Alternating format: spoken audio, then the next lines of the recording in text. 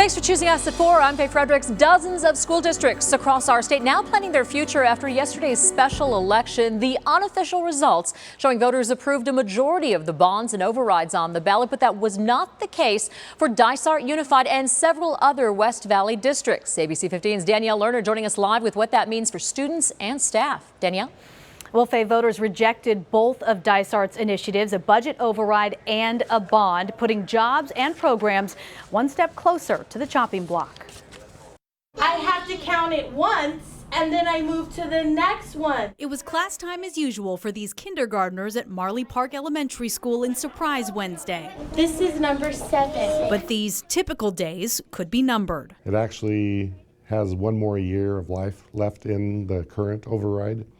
If it doesn't pass next year, then we'll start making cuts by 1/3. 57% of voters said no to continuing the district's 15% override, which supports programs like free all-day kindergarten, the arts, PE, and teacher retention, while 52% of voters rejected a $125 million bond.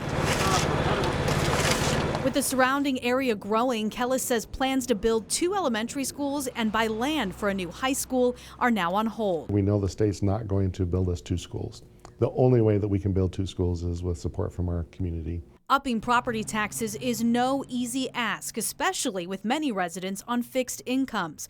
But failure next year will force some tough choices, like it did in 2015. 143 teachers were cut, and it was really devastating. Jennifer Polbraddock teaches in the Peoria district now, but worked in Dysart during those massive cuts. Some good friends were cut, and you just hemorrhaged. We were hemorrhaging the next year.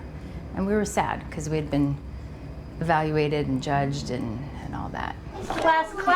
Yes, yes. Dysart is not alone in counting on voter-approved funds. And while it's not ideal, Kellis says state budget cuts have made this their reality. We still find ourselves about $85 million short in what we would have gotten if those cuts had not been made.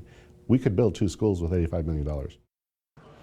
And the superintendent told me he believes the measures would have passed had more people voted. So they will be putting that override and bond back on the ballot next year. That, of course, a presidential election year, so they do expect higher turnout.